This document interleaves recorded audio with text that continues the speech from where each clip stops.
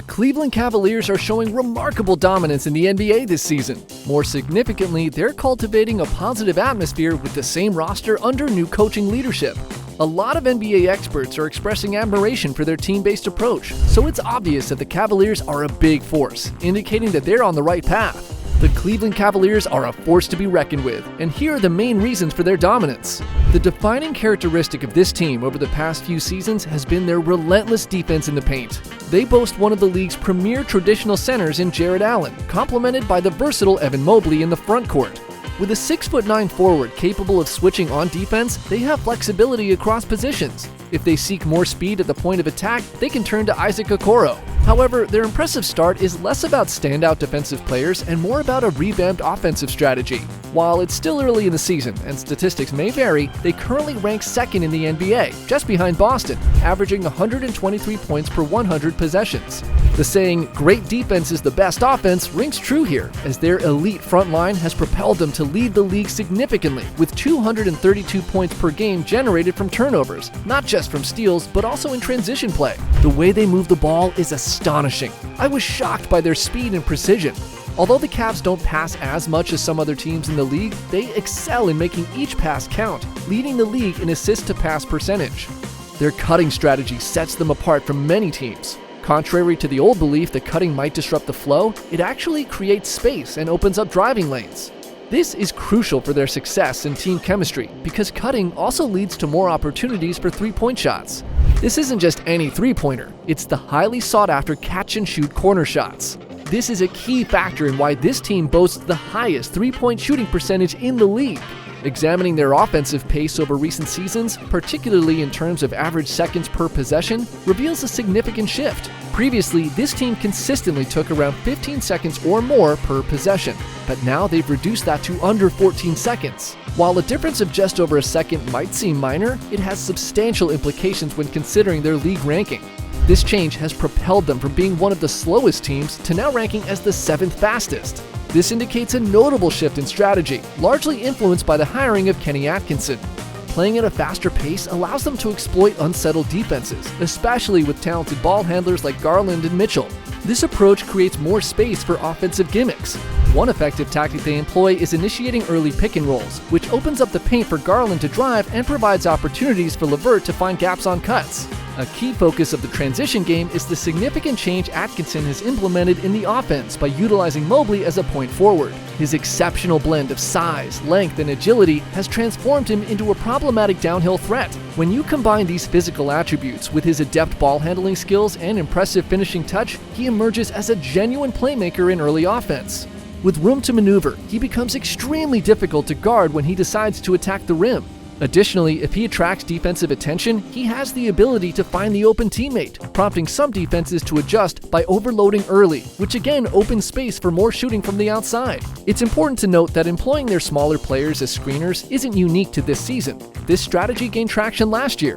It effectively creates advantages at the three-point line, whether through mismatches or simply providing more space for the player initiating the attack. This season, however, a notable development is the increased use of Mobley as the ball handler, with a significant portion of their half-court offense now revolving around him. A significant aspect of Atkinson's offensive design involves creating plays on one side of the court, which complicates matters for the defense when it comes to providing additional support. It's not solely Garland and Mitchell who are benefiting from this increased space. Ty Jerome has risen to the occasion in Max Struss's absence, demonstrating his skills as a true floor general. He effectively uses his ball handling to create pressure and make smart decisions. Similarly, Caris LeVert stands out as one of the league's most underrated pick-and-roll playmakers.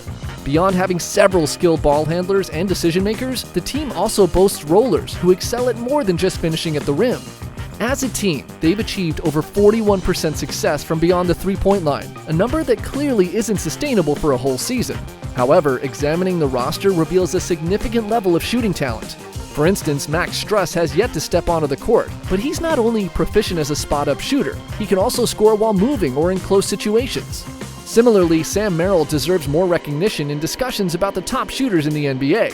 For more spot-up shooting options, players like Dean Wade and Georges Niang can effectively exploit defensive lapses. Additionally, Isaac Okoro has emerged as a reliable spot-up shooter, particularly from the corners.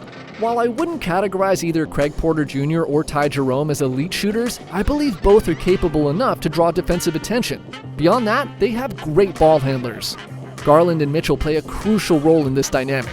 I'd contend that their ability to play together stems from the fact that no matter who has the ball, the other player consistently draws attention.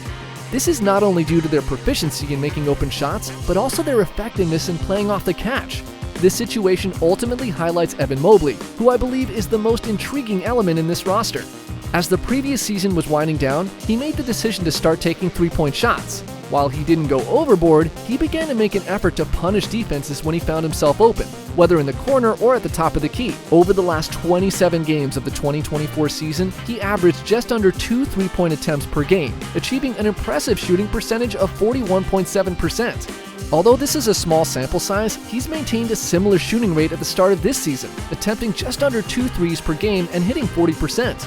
As the season unfolds, it'll be interesting to see if he can sustain this increased volume and continue to take advantage of his opportunities. Even if he doesn't maintain this shooting rate, he can keep defenses on their toes and create more space for their guards. Mitchell's game revolves around two primary attributes: his exceptional off-the-dribble three-point shooting and his explosive ability as a slasher. When defenders step up to contest his jumper, he skillfully maneuvers around them to attack the rim. This often forces a third defender to step in, creating challenges for the defense, especially with a shooter like Garland positioned just one pass away. On the other hand, Garland also possesses a high-level off-the-dribble jumper, but his standout qualities are his ball handling and passing skills. He effectively pressures defenders and engages in a strategic game of cat and mouse with opposing big men. While he may not match Mitchell's athleticism or finishing ability around the basket, he excels at creating and using advantages. If a big man commits to him, he can easily deliver a lob. Similar to Mitchell, it becomes difficult for defenses to provide additional help. If the big man focuses on the ball and the low defender drops to cover the roll, Garland consistently finds the open shooter with a skip pass. We're talking about high-level, multiple-option pick-and-roll offense. The ability of players like Allen and Mobley to perform various tasks, both with and without the ball, combined with the presence of two elite lead guards in Garland and Mitchell, forms a core that is arguably their greatest asset. Most of the star players usually play between 32 and 36 minutes per game, with team rotations extending to 9 or 10 players. From this perspective, I could argue that the Cavaliers, together with GSW, can assemble more effective lineups than perhaps any other team in the league. However, the challenge arises in the playoffs, where rotations tighten and stars are pushed to play 38 to 40 minutes per game. In this scenario, they can have a problem finding the best possible rotation and staying fresh. I believe they lack the championship caliber lineup that history indicates is essential for winning a title. Despite starting the season undefeated, with many victories achieved convincingly, the team has only spent around 100 minutes on the court together, and during that time, their net rating has been less than +4. When looking at the most utilized lineups of recent NBA champions, last year's Celtics had a +7.5, while the 2023 Nuggets boasted a +12.8, and the 2022 Warriors achieved a +13.8. I'm still cautious about labeling them as genuine NBA championship contenders. Their start to the season has been impressive, and I firmly believe they're the second best team in the East, with a strong chance of winning 60 games. However, they've recently lost some games against not-so-great teams, which can be a clear sign they can face serious problems later in the season.